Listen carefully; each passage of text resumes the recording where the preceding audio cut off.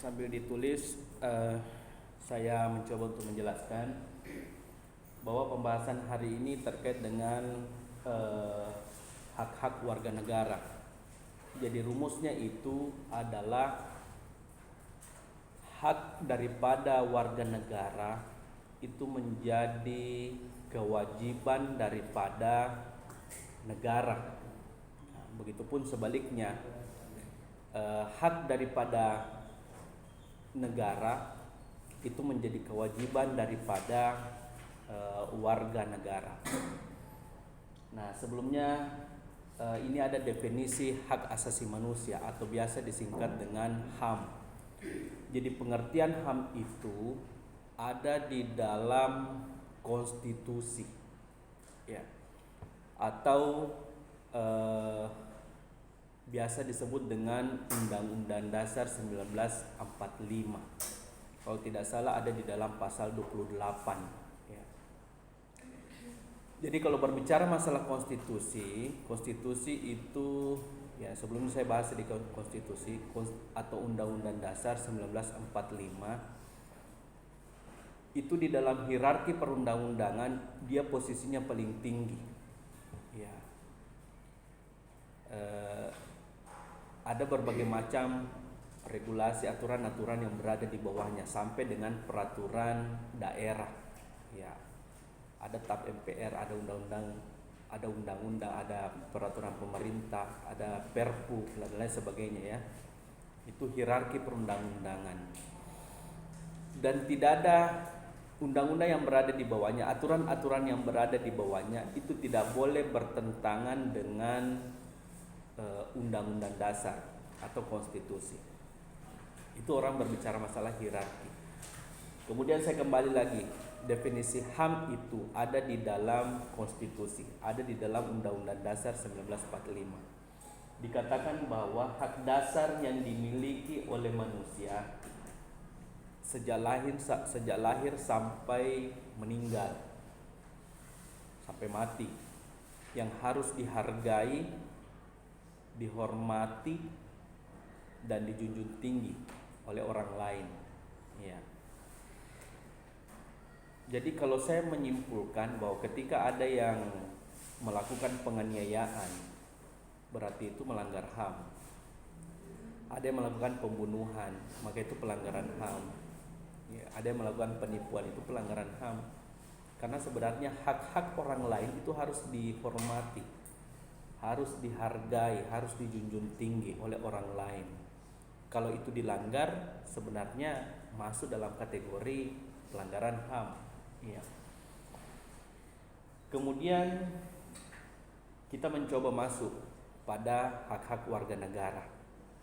Ya, ini juga hak-hak warga negara ada di dalam konstitusi. Salah satu contohnya pasal 27 ayat 2 yang menyatakan bahwa tiap-tiap warga negara itu berhak atas pekerjaan dan penghidupan yang layak bagi kemanusiaan. Jadi kita semua ini punya hak untuk di saat selesai nanti, sudah menjadi sarjana, itu kita punya hak untuk mencari pekerjaan, melamar pekerjaan, ya, dimanapun itu hak kita sebagai warga negara. Dan tidak ada yang boleh bisa membatasi kita bahwa kamu tidak boleh bekerja di sini, kamu tidak boleh bekerja di sini. Yang penting kita memenuhi syarat, memenuhi persyaratan suatu instansi, maka silakan untuk melamar pekerjaan, ya.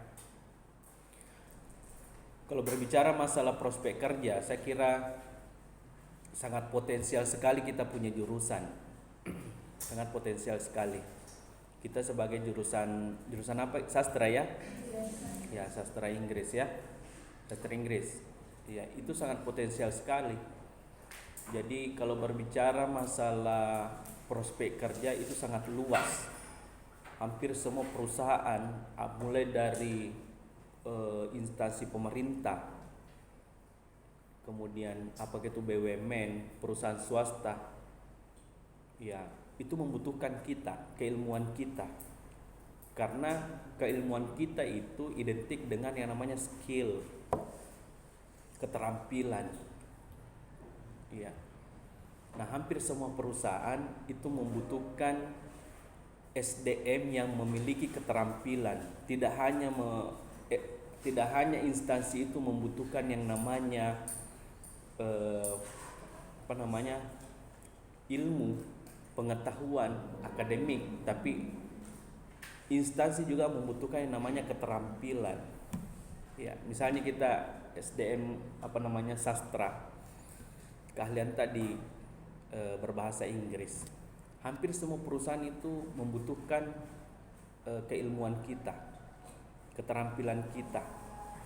Karena suatu saat misalnya perusahaan itu akan kerjasama dengan perusahaan yang lain itu, atau ke perusahaan kita itu mau bekerja sama dengan pihak asing, maka tentu bukan orang hukum yang dipanggil, bukan orang ekonomi, bukan orang kesehatan, tapi yang punya keterampilan pengantar komunikasi dengan pihak asing, itu yang akan dipanggil.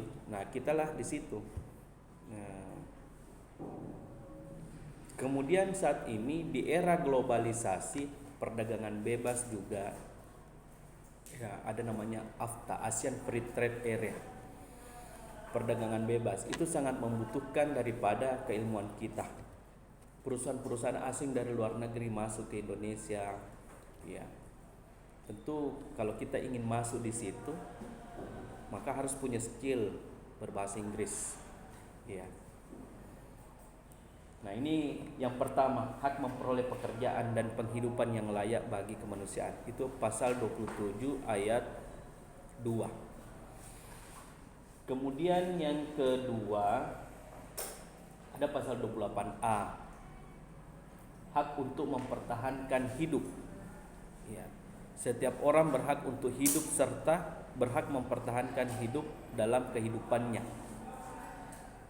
Sebenarnya kalau undang-undang ini dia kontradiksi dengan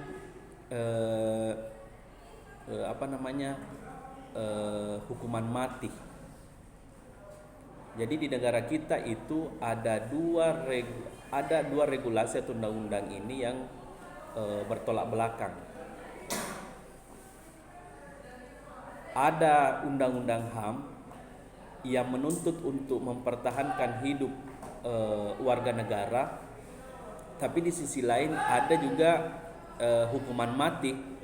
Ya, ada hukuman mati.